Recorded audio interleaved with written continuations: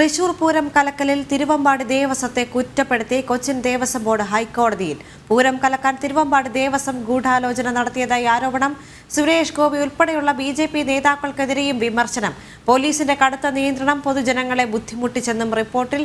വിവരങ്ങളുമായി രേഷ്മ ബാബു ചേർന്നുണ്ട്. രേഷ്മ, നമുക്കറിയാം പൂരം കലക്കൽ എങ്ങനെ ഉണ്ടായി, അല്ലെങ്കിൽ പോലീസിന്റെ ഭാഗത്ത് നിന്നും ഉണ്ടായ ചില നിയന്ത്രണങ്ങൾ, വിശ്വാസികളുടെ അതിവൈകാരികതയെ പോലും മാനിക്കാതെ അവർ മുന്നോട്ട് പോയ സാഹചര്യത്തിലാണ് പൂരം ഇത്രത്തോളം അലങ്കോലപ്പെട്ടത് എന്നത് വ്യക്തമായൊരു കാര്യം തന്നെയാണ്. എന്നാൽ ഇപ്പോൾ കൊച്ചിൻ ദേവസ്വം ബോർഡിന്റെ ഭാഗത്ത് നിന്നും ഹൈക്കോടതിയിൽ സമർപ്പിക്കപ്പെട്ട റിപ്പോർട്ടിൽ പറഞ്ഞിരിക്കുന്നത് തിരുവമ്പാടി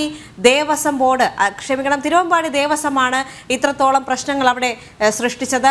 മാത്രവുമല്ല, അന്ന് അവിടെ സഹായത്തിനായി എത്തിയ കേന്ദ്രമന്ത്രി സുരേഷ് ഗോപിയെ പോലും ആക്ഷേപിക്കുന്നുണ്ട്, അല്ലേ? അതായത് ഈ തൃശൂർ പൂരം അലങ്കോലപ്പെടുത്തിയ സംഭവത്തിൽ അങ്കിത് അശോകിനെതിരെ നടപടി ആവശ്യപ്പെട്ടുകൊണ്ട് ജുഡീഷ്യൽ അന്വേഷണം ആവശ്യപ്പെട്ടുകൊണ്ടുള്ള ഹർജിയിലാണ് ഇപ്പോൾ തിരുവമ്പാടി ദേവസ്വത്തിനെതിരെയും പോലീസിനെതിരെയും വിമർശനം ഉന്നയിച്ചുകൊണ്ടുള്ള കൊച്ചിൻ ദേവസ്വം ബോർഡിന്റെ റിപ്പോർട്ട് സമർപ്പിക്കപ്പെട്ടിട്ടുള്ളത്.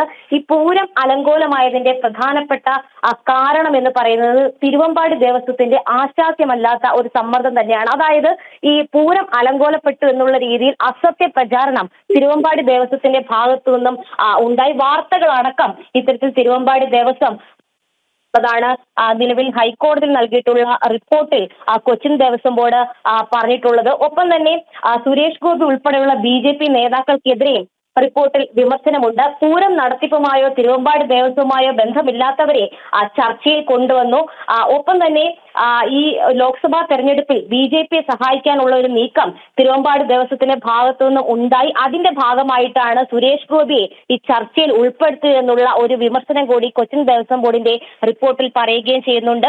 എല്ലാം താൻ ശരിയാക്കി എന്നുള്ള അസത്യ വാർത്ത സുരേഷ് ഗോപി പ്രചരിപ്പിച്ചു. എന്തായാലും ഈ പൂരം അലങ്കോലമാക്കാനുള്ള ഗൂഢാലോചന നടന്നു എന്നുള്ള അത് ശരിവെക്കുന്ന തരത്തിലുള്ള ഇടപെടലുകളാണ് BJP നേതാക്കളുടെ ഭാഗത്തുനിന്ന് ഉണ്ടായത്. തിരുവമ്പാടി ദേവസ്വം ഇത്തരത്തിൽ ചില പ്രവർത്തനങ്ങൾ നടത്തിയതും എന്തായാലും മഠത്തിൽ വരവ് അടക്കം അലങ്കോലപ്പെടുകയും അല്ലെങ്കിൽ പോലീസിന്റെ ഭാഗത്തുനിന്ന് വലിയ രീതിയിലുള്ള ഒരു നിയന്ത്രണം ഉണ്ട് എന്നുള്ള രീതിയിൽ വാർത്തകൾ പ്രചരിപ്പിച്ചുകൊണ്ടായിരുന്നു ഈ പൂരം അലങ്കോലപ്പെട്ടെന്നുള്ള രീതിയിലുള്ള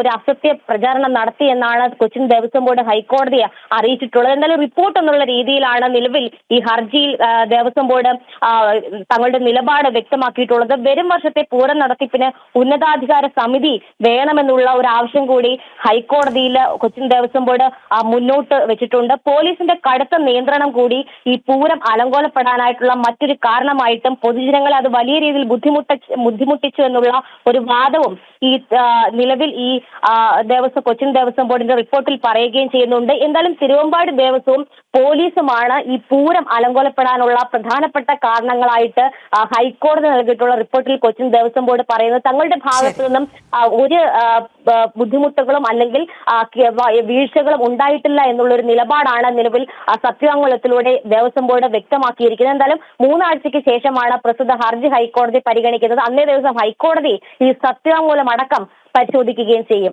ദേവിക, കൊച്ചിയിൽ നിന്ന് വിശദ വിവരങ്ങൾ നൽകുകയായിരുന്നു ഞങ്ങളുടെ പ്രതിനിധി രേഷ്മ ബാബു.